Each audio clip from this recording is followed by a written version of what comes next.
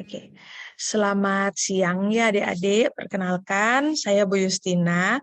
Hari ini saya sebagai ditunjuk oleh Prodi untuk menjadi koordinator mata ajar dari keperawatan gawat darurat ya. Jadi untuk SKS-nya itu adalah sebanyak 5 SKS. Sudah ada di sini ya. Dan untuk nanti di mana SKS 5 SKS ini dibagi menjadi 3 teori, 1 praktek, dan 1 klinik ya.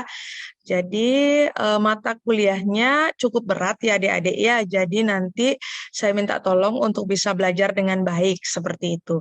Adapun nanti yang akan kita pelajari selama di gawat darurat ini, pembelajaran gawat darurat ini ada cukup banyak materi ya. Dimulai dari konsep keperawatan gawat darurat, habis itu ada peran dan fungsi perawat gawat darurat, selanjutnya ada etik legal dan kultur sensitif dalam keperawatan gawat darurat, habis itu ada efek kondisi kegawat daruratan terhadap pasien dan keluarga, terus isu ya, tren isu, terus ada mekanisme trauma, proses keperawatan, terus pengkajian primer dan sekunder, triase, dan asuhan-asuhan keperawatan ya untuk pasien-pasien dengan gawat darurat. Dimulai dari ada shock, habis itu ada hipoglikemi dan hiperglikemi, habis itu ada sepsis, ada angina pectoris ya, ada AMI atau infak miokard ya, terus ada cardiac arrest, habis itu ada asma, ada stroke, habis itu pendarahan pada abdomen ya berupa melena. Nah, sampai dengan HIV ya. Nah, selanjutnya nanti akan ada yang namanya adik-adik diajarkan untuk bagaimana memberikan penjelasan kepada masyarakat. Di situ tentang bagaimana simulasi tentang pendidikan kesehatan itu untuk pasien AMI, pasien stroke, diabetes mellitus, pasien kecelakaan lalu lintas, dan juga kita akan belajar tentang evidence-based practice ya, terus peran perawat gawat darurat, komunikasi dalam keperawatan, etikal, pengambilan keputusan etik ya, terus dilema etik dan demonstrasi-demonstrasi, dan nanti akan ditutup dengan yang namanya laboratorium gawat darurat ya. Adapun penilaian kita adik-adik selama pembelajaran itu yang pertama itu adalah formative assessment ya sebanyak 45% dari 100%. Ya, nah di mana formative assessment itu akan dibagi menjadi tugas dan juga soft skill ya. Tugas sebanyak 25% dan soft skill sebanyak 20%. Selanjutnya akan dilanjutkan dengan summative assessment 55% ya, yang terdiri dari kuis dan juga dari evaluasi tengah semester ya. Selanjutnya kita akan selanjutnya adalah tentang daftar pustaka adik-adik ya. Jadi kita menggunakan daftar pustaka yaitu ada di sini ada 4 ya yang saya sertakan, tetapi tidak menutup kemungkinan untuk adik-adik bisa menggunakan daftar pustaka yang bisa menunjang mata kuliah kita di gawat darurat ya. Jadi boleh ditambah ya asal sumbernya bisa 10 tahun batas maksimalnya ke belakang ya. Jadi mulai tahun 2012 sampai dengan 2022 seperti itu ya. Nah, selanjutnya untuk mata kuliah pendukungnya yaitu ada SOP yaitu SOP kegawat daruratan dan juga nanti kerakacuan ya. Selanjutnya untuk dosen pengampunya, jadi kita di sini adalah tim ya adik-adik ya. Jadi kalau tim otomatis ada ya nanti Bu Justina akan dibantu oleh beberapa teman-teman ya, yang tim dari gawat darurat, di mana itu ada Bu Nuartini, ada Bu Dewi Wahyunadi, ada Pak Arya, dan juga ada Ibu Kesari ya.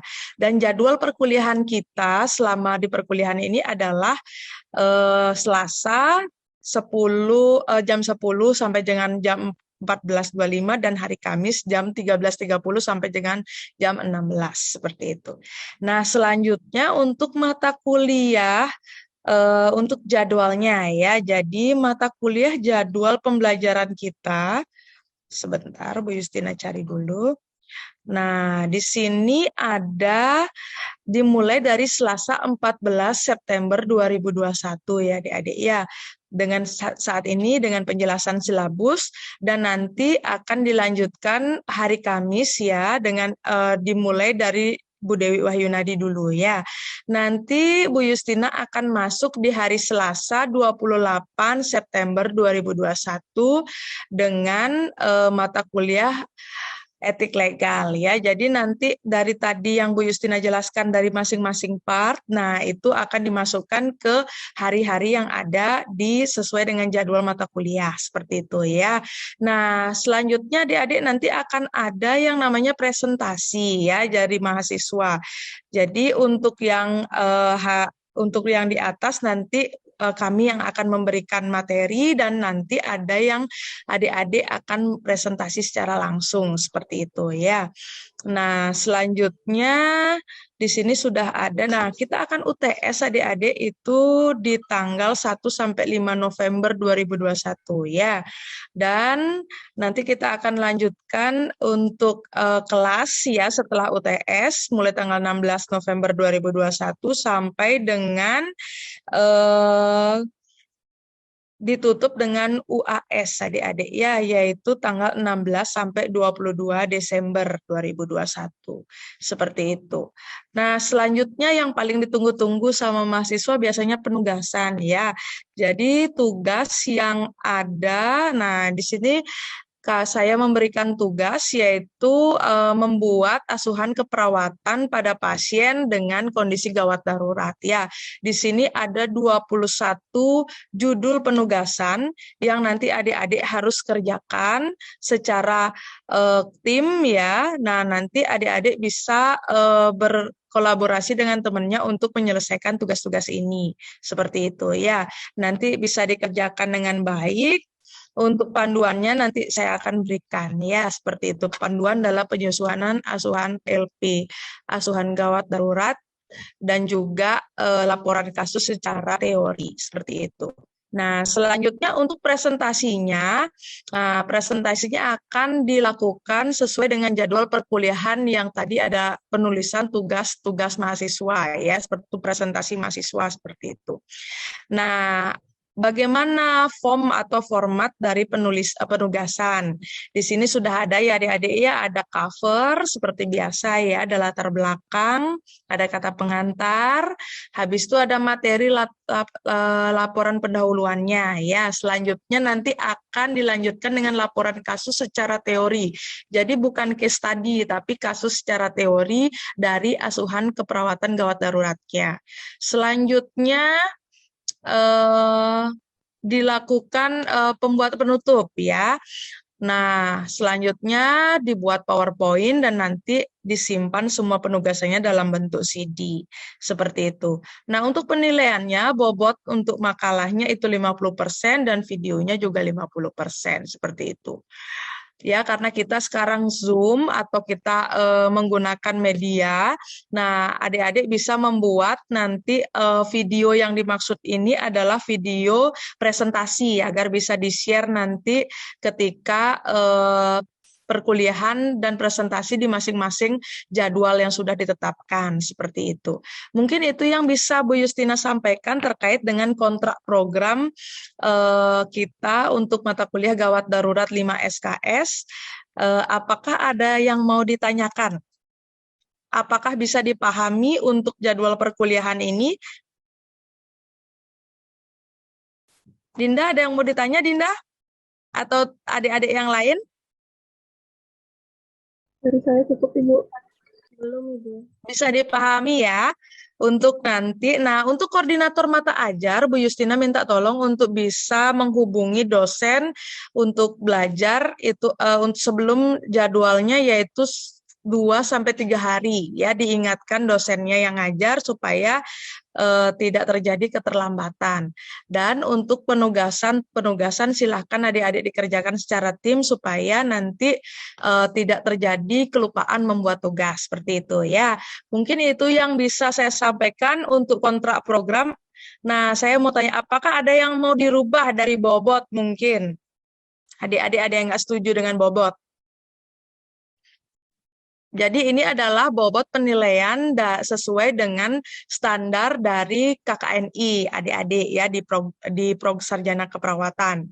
Jadi ini adalah bobot di mana nanti nilai adik-adik akan berpatokan pada semua yang ada di bobot ini seperti itu. Sehingga 5 SKS ini adik-adik bisa mendapatkan nilai sesuai dengan yang diharapkan. Jadi silahkan belajar dengan baik seperti itu. Mungkin itu yang bisa Bu Justina sampaikan untuk hari ini. Apakah ada yang mau ditanyakan? Pas? Sudah pas. Kalau sudah pas, Bu Justina ucapkan terima kasih. Sampai ketemu lagi di jadwal pertemuan perkuliahannya Bu Justina. Bu Justina izin untuk stop share ya. Selamat pagi adik-adik. Untuk hari ini kita akan belajar tentang triase ya. Jadi nanti di sini kita akan banyak belajar tentang bagaimana cara melakukan pemilahan kepada pasien. Seperti itu di kondisi gawat darurat ya. Sebelumnya apakah Bu Justina suaranya Bu Justina sudah terdengar? Sudah terdengar apa belum? Sudah ya.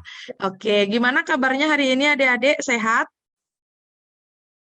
Sehat ya, oke. Semoga kita selalu dalam keadaan sehat ya. Dan saat ini pembelajaran masih daring ya. Jadi semoga adik-adik tetap semangat walaupun kita masih dalam kondisi pandemi ya. Jadi hari ini kita akan belajar tentang triase ya adik-adik. Apa itu triase? Nah, nanti kita akan belajar banyak. Apa tujuan dari pembelajaran di kegiatan triase ini, yaitu yang pertama mengidentifikasi MCI ya atau kejadian korban massal ya. Yang kedua menggambarkan fungsi dan tanggung jawab dari kegiatan MCI ya. Terus yang ketiga menjelaskan definisi dan fungsi dari triase, dan yang keempat adalah melakukan triase dengan sistem STAT ya. Seperti itu. Nah, siapa yang di sini sudah pernah ke IGD adik-adik? Ada yang udah pernah belum? Semoga aja nggak pernah jadi pasien di IGD ya. Tapi kalau melihat, pasti adik-adik kalau datang ke rumah sakit, pasti adik-adik pernah melihat emergency room atau ruang emergency ya. Jadi emergency room itu seperti ini kurang lebih gambarannya adik-adik di saat ruangan itu crowded atau datang pasien dalam jumlah yang cukup banyak ya. Jadi sebenarnya pasiennya sedikit ya, pasien mungkin ada satu tapi biasanya pengantarnya banyak gitu ya. Itulah identik dengan IGD. Oke ya, apa yang kita mau lihat dari gambar ini adik-adik? Ya, ini adalah situasi di mana kalau terjadi korban yang banyak adik-adik ya. Jadi kita harus mampu melakukan pertolongan yang tepat pada orang yang tepat ya. Seperti itu sesuai dengan kegawat daruratan pasiennya. Seperti itu ya. Nah, ini adalah tim dari IGD adik-adik ya. Ada dokter, ada perawat, ada tim medis, ada tim ambulan, ada juga analis kesehatan, ada juga bidan ya di sini. Mereka akan ada di sini untuk menjadi partnernya kita saat kita bekerja. Nanti saat adik-adik dinas, adik-adik akan bisa bertemu dengan mereka-mereka ini. Kita akan jadi satu tim untuk melakukan perawatan dengan baik seperti itu ke pasien ya, sehingga semakin banyak yang kita tolong, maka nyawa yang selamat akan semakin banyak seperti itu ya. Nah, ini adalah pengertian dari triase adik-adik ya. Triase itu adalah proses pemilahan pasien. Kenapa pasiennya dipilah? Karena kalau datang dalam jumlah yang banyak dan kapasitas penolong tidak mampu untuk melakukan penata laksanaan, yang berat adalah pasiennya yang berpotensi atau yang mengalami yang kritis pasiennya, nah itu bisa lewat adik-adik ya. Itu kenapa kita harus bisa memilah pasien yang mana yang duluan didahulukan dan yang mana yang bisa ditunda seperti itu ya. Nah, sedikit tentang sejarah triase. Triase itu berasal dari bahasa Prancis adik-adik ya, yang artinya trier, yang artinya memilih dan memilah ya.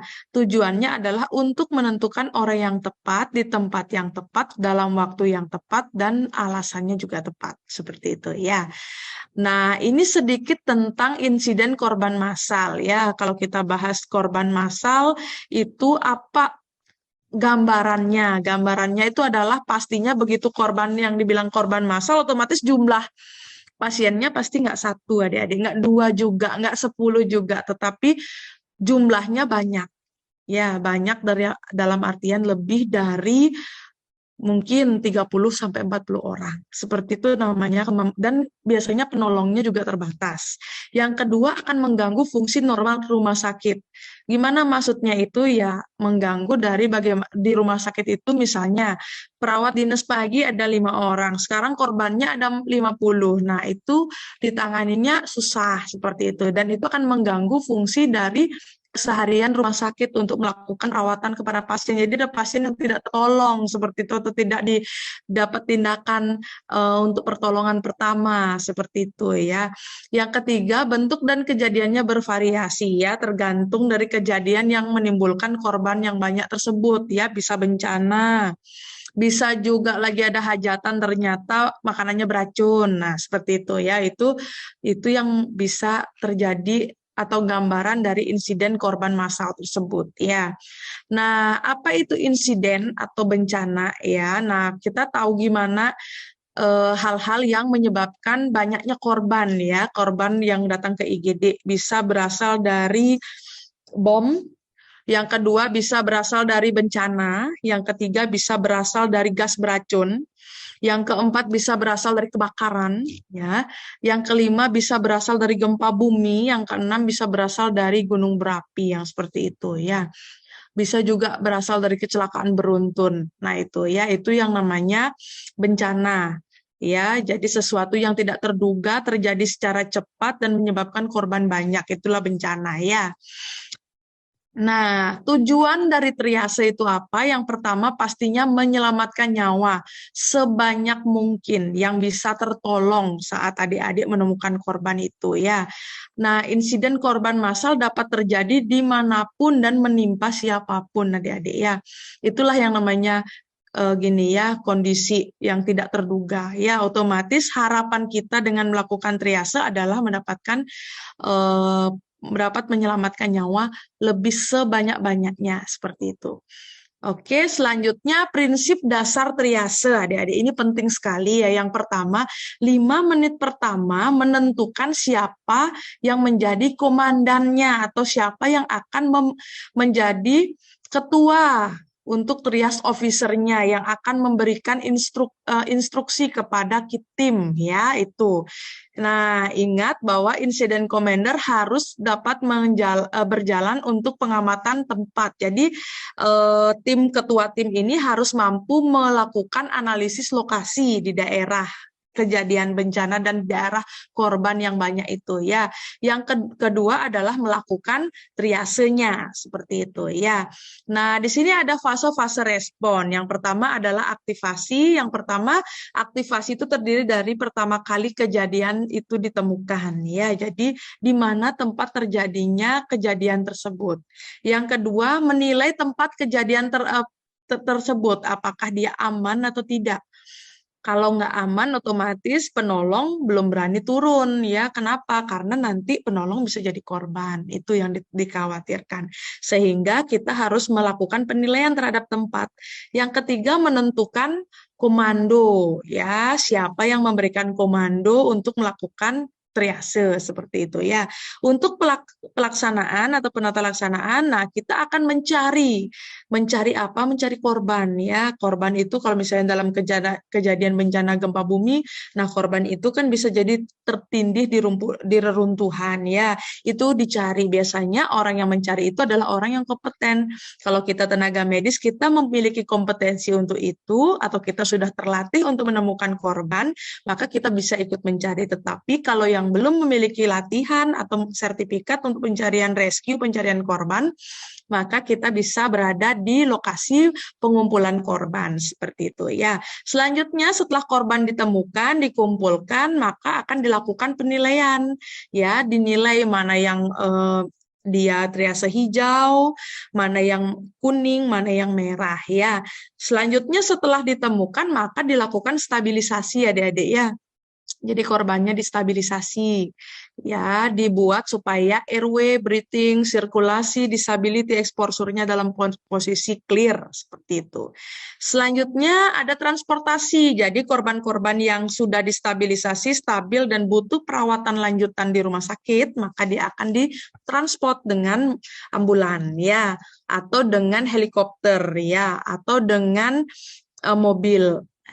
Ya, seperti itu. Selanjutnya adalah penanganan definitif pasien di rumah sakit, seperti itu. Selanjutnya, triase atau pemilihan pasien menurut berat atau ringannya keadaan pasien, ya, itu berdasarkan airway, breathing, sirkulasi, dan disability, ya. Airway otomatis jalan nafasnya pasien apakah clear atau tidak. Breathing itu adalah bagaimana pernafasannya pasien, baik adik kuat atau tidak, atau gasping, ya. Sirkulasi bagaimana tanda-tanda syok pada pasien. Habis itu bagaimana penata laksanaan syok, ya, dengan cairan, ya, terapi cairan koloid atau kristaloid, ya, dan yang terakhir adalah disability atau kesadaran pasien. Tuh, ya. Nah, prosedur triasenya bagaimana? Kita mulai dari triase yang dulu, baru kita mulai dengan tindakan. Dipilah dulu, sehingga kita tahu, oh ternyata ini yang merah lah kita kerjakan dulu. Barulah yang kuning, barulah yang hijau. Untuk menilai korban, itu harus dalam waktu 1 menit atau 60 detik. Nggak boleh lebih, ya. Dan tentukan fasilitas pelayanan kesehatan terbaik sebagai tempat rujukan pasiennya. Ya, nanti setelah dilakukan stabilisasi, kan dibawa ke rumah sakit yang butuh perawatan lebih lanjut. Itu harus tepat. Jangan sampai datangnya ke tempat yang butuh ICU, ternyata rumah sakitnya ICU-nya nggak lengkap, atau alat-alatnya tidak memadai, seperti itu. Jangan sampai seperti itu, jadi kita buang-buang waktu, ya. Oke, selanjutnya, nah ini adalah triase 1 pasien, ya. Pada triase 1, pada pasien atau single triase, ya, sangat penting dilakukan di IGD bila penuh, ya. Jadi tindakan pembedahannya hampir memenuhi kapasitas, ya. Yang kedua adalah single pasien triase, yaitu memperbolehkan IGD untuk memprioritaskan pasien dan meminimalkan kematian, ya. Seperti itu. Terus kategori triase itu ada 3, ya. Yang pertama itu ada emergency, urgent, dan not urgent, ya. Seperti itu. Nah, untuk P1 atau triase merah, yaitu kondisi pasien-pasien di mana pasien memiliki trauma mayor. Ya, trauma mayor otomatis pasiennya multiple trauma. Jadi traumanya tuh nggak satu tempat aja, tapi banyak tempat. Ya, terus pasien mengalami AMI atau AMI itu akut myocardial infarct. Ya, selanjutnya ada obstruksi airway atau jalan nafasnya tersumbat. Ada pasien dengan tension pneumotoraks, pasien dengan failed chest, habis itu pasien dengan shock hipovolemi, ya, baik dengan kelas 3 dan kelas 4, yaitu kelas yang berat, ya, dan luka bakar dengan trauma inhalasi. Nah, untuk P2 atau triase kuning, ya, ini bisa ditunda, tetapi tidak boleh lama. Ya, seperti itu. Jadi yang pertama atau ada cedera vertebra dan spinal, yang kedua atau fraktur femur, yang berikutnya ada cedera kepala tertutup, yang berikutnya adalah luka bakar dan apendiksitis akut. Kalau apendiksitis yang ditakutkan yang perforasi, ya adik-adik, ya, sehingga bisa menyebabkan peritonitis, itu yang ditakutkan. Oke, selanjutnya adalah triase hijau. Untuk di triase hijau itu pasiennya artinya not urgent, ya, jadi dia butuh bantuan tetapi dia tidak dalam kondisi gawat dan darurat, ya. Jadi contohnya adalah lecet-lecet, kontusio, ya, abrasi, terus fraktur ekstremitas atas dan demam, ya, seperti itu. Nah, ini adalah sistem pemilahan pasien dengan STAT adik-adik, ya, simple triage and rapid treatment, ya. Yang diperhatikan dalam pemeriksaan STAT ini, ya, yaitu ada 3. Yang pertama adalah respirasi, yang kedua adalah pulse atau nadi, yang ketiga adalah mental status atau kesadaran pasien. Ya, jadi ada 3. Respirasi itu adalah pernafasan pasiennya, pulse adalah nadi, dan mental status adalah kesadaran. Ya, seperti itu. Itu yang dinilai. Oke, ini adalah sistemnya ya adik-adik ya. Pasien bisa berjalan ya, otomatis dikasihnya apa? Hijau. Ya, dilihat setelah jadi pasiennya oh ternyata bisa berjalan, pasiennya dikasih langsung hijau. Nah, dilihat apakah pasiennya, nah kalau merah dilihat apakah pasiennya memiliki respirasinya lebih dari 30 kali per menit ya. Jadi kalau dia lebih dari 30 kali otomatis itu bisa kita kategorikan merah.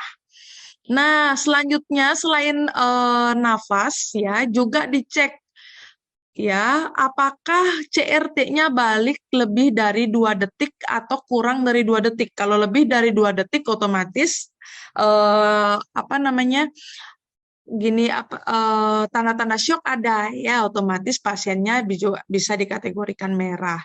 Nah, apalagi pasien tidak mengikuti perintah itu juga merah ya. Nah, kuning apabila dia RR-nya kurang dari 30 tetapi tapi di atas dari 20 ya. Terus untuk CRT-nya kurang dari 2 detik. Dan untuk status mentalnya itu masih bisa mengikuti instruksinya kita ya itu. Selanjutnya untuk yang hitam itu adalah pasien tidak memiliki respon apapun. Itu ya. Nah, ini adalah cara kita mau menilai bagaimana simple triase itu ya adik-adik ya.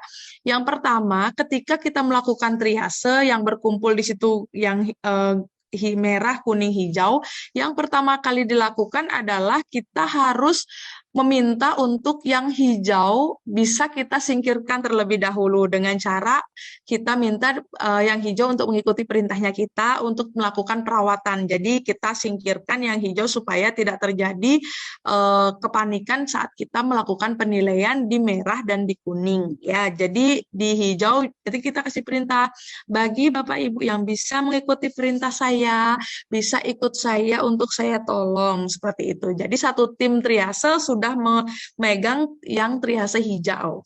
Selanjutnya tinggal di tempat kejadian tinggal yang merah sama yang kuning ya.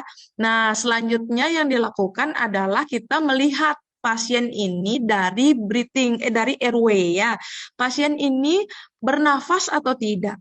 Itu yang pertama ya. Kalau pasiennya bernafas, maka dia dilanjutkan dengan pemeriksaan nadi. Ya, kalau dia tidak bernafas, maka pasien ini coba untuk di open airway-nya secara manual ya. Kalau pasien trauma pakai jotras ya.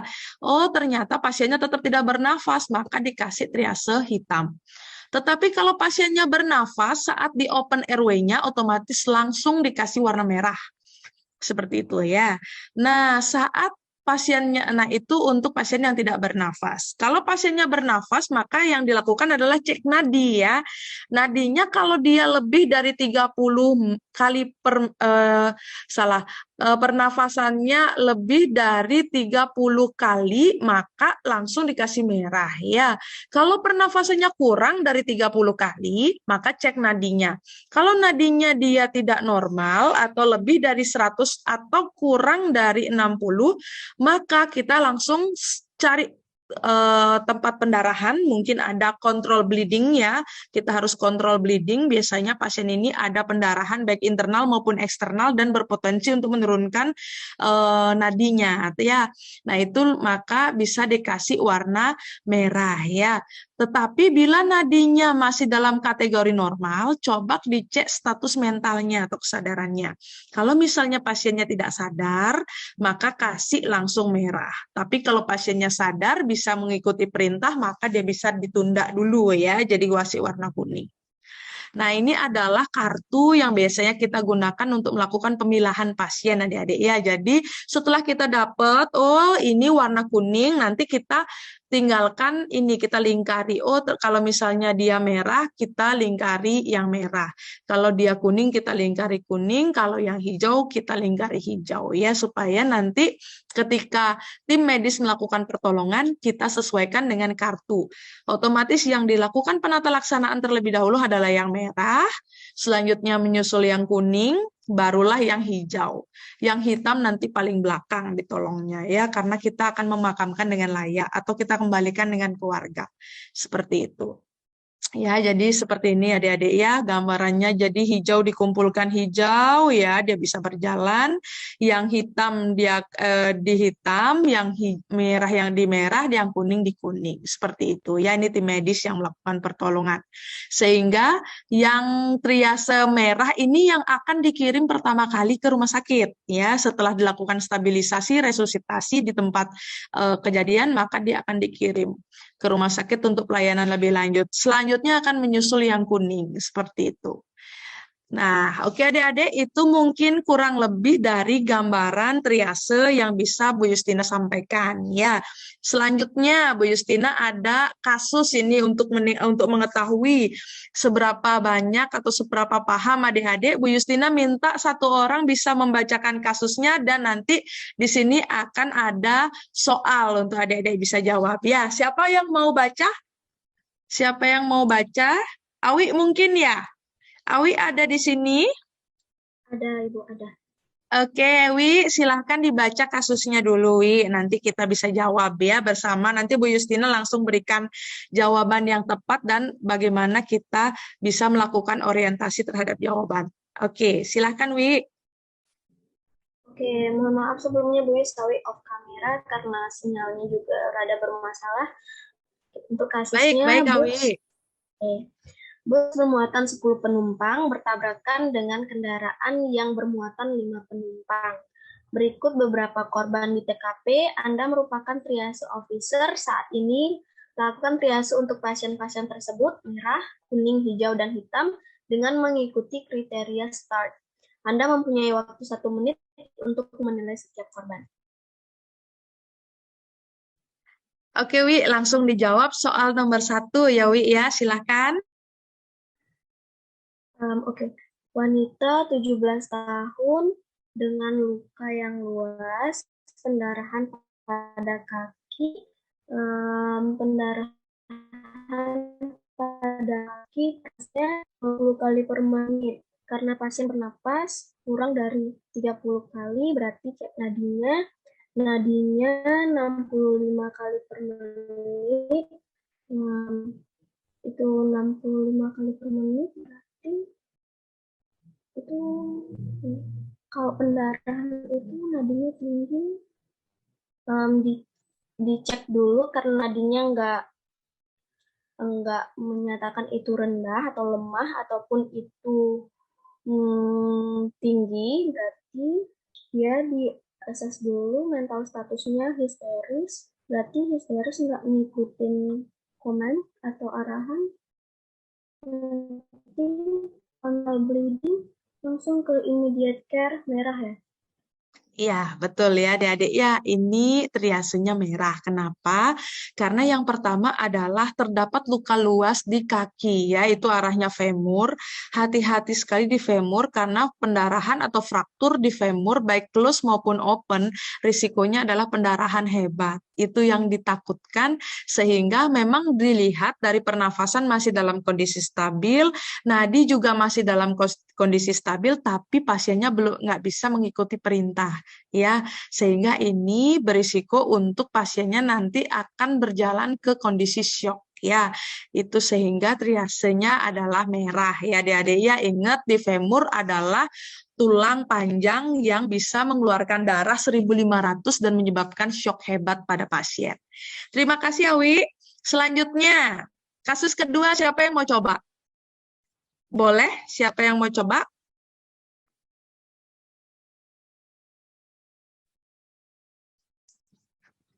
Jihan, mau coba Jihan?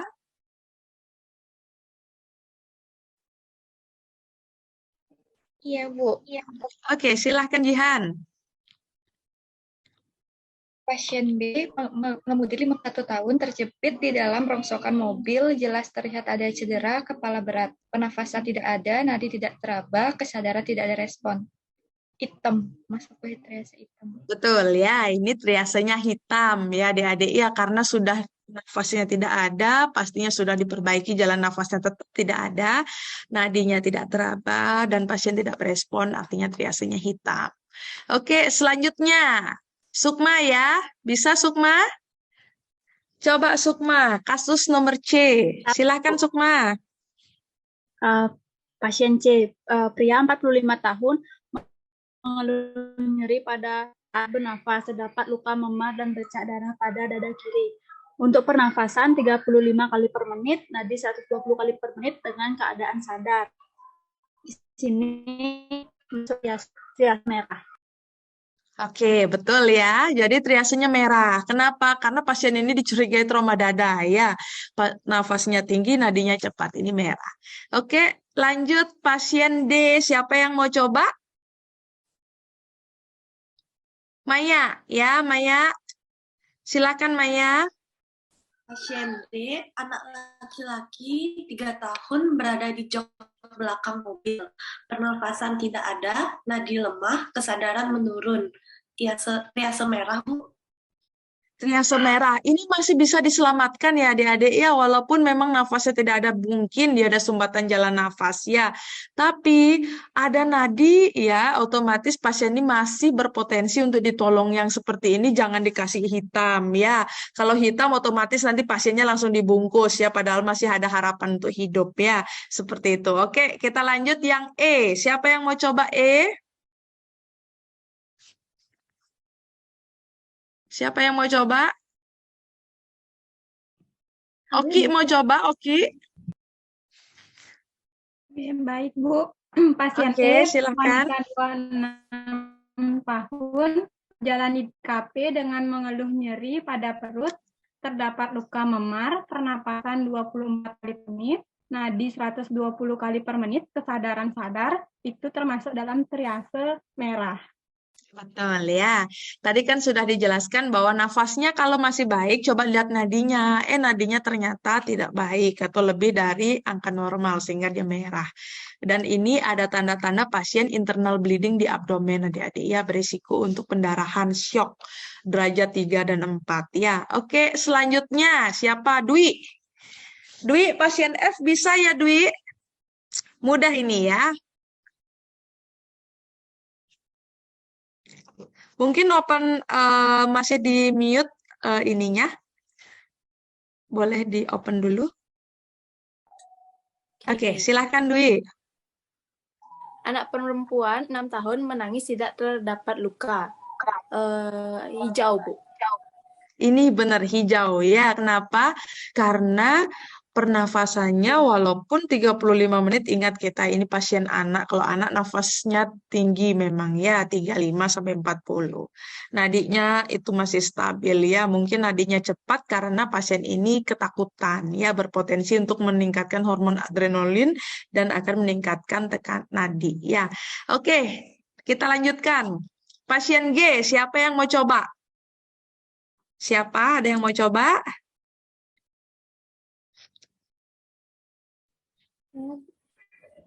Siapa?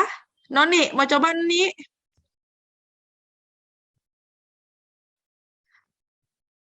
Noni bisa nyoba jawab pasien G?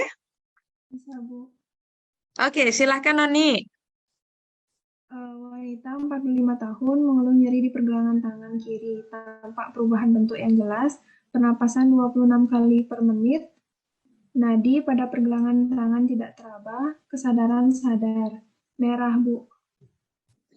Kenapa merah Noni?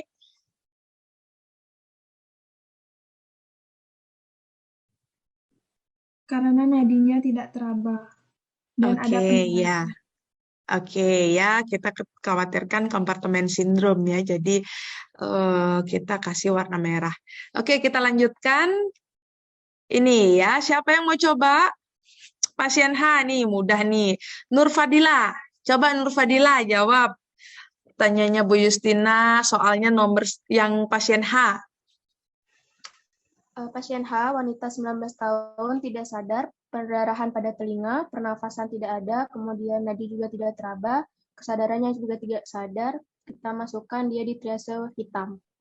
Oke, betul ya. Pasien ini pasien sudah meninggal ya, jadi dikasih warna hitam ya. Oke, ada satu lagi. Ada satu lagi nih. Siapa yang mau coba? Santi, bisa Santi? Baik, untuk pasien I, laki-laki 30 tahun mengeluh nyeri di sekitar leher, berjalan di TKP. Pernapasan 25 kali per menit, nadi 95 kali per menit, dan kesadaran sadar. Reaksinya hijau, Bu, nadi normal dan sadar.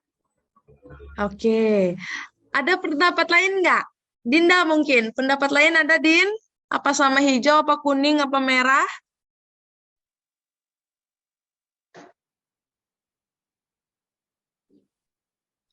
Izin menjawab, Bu. Kuning. Boleh? Izin Ibu, warna kuning Ibu. Kuning. Yang lain? Apa coba ini? Ini kelihatan memang hijau, tapi bukan hijau nih. Kuning Ibu. Jaya, benar ya. Jadi jawabannya kuning ini ya. Jadi ini pasien ya, dia ada kecelakaan kan. Nah, dia megang leher. Nah, yang kita curiga kalau megang leher ada masalah di mana? Servikal kan.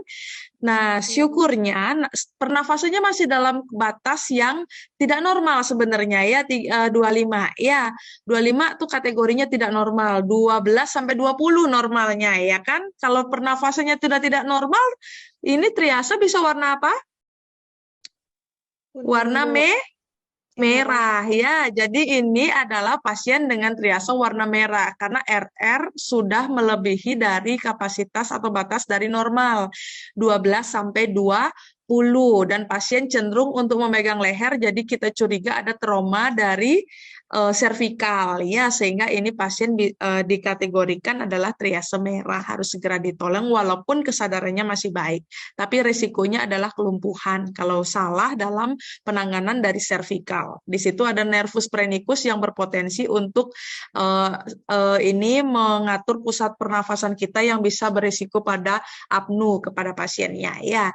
Itu ya adik-adik ya. Jadi itu yang penting saat perkuliahan ini adalah triase ya, itu adalah bersifatnya dinamis ya adik-adik ya. Dia bertahap dan harus sering dilakukan terus-menerus ya. Karena apa? Karena triase jam ini ya sama triase 2 jam berikutnya dia akan berubah adik-adik.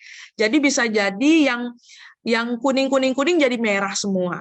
Yang merah-merah-merah jadi hitam. Seperti itu. Itulah triase. Sehingga triase itu perlu terus dilakukan secara kontinu dan dinamis ya. Jadi karena apa? Karena perubahan pasien itu akan terjadi terus-menerus kondisi pasien. Nah, itu yang mungkin Bu Justina bisa sampaikan di materi Bu Justina hari ini. Apakah ada yang mau ditanyakan? Adik-adik ada yang mau ditanyakan? Bu Justina rasa sudah bisa dipahami ya selama dari tadi materinya ya, karena tadi adik-adik udah sebagian besar benar ya. Jadi nanti adik-adik bisa belajar dengan baik untuk triase supaya besok ketika ujian dan ketika terjun ke rumah sakit maupun ke lapangan dalam kondisi bencana, adik-adik sudah mampu untuk melakukan analisis dengan tepat ya.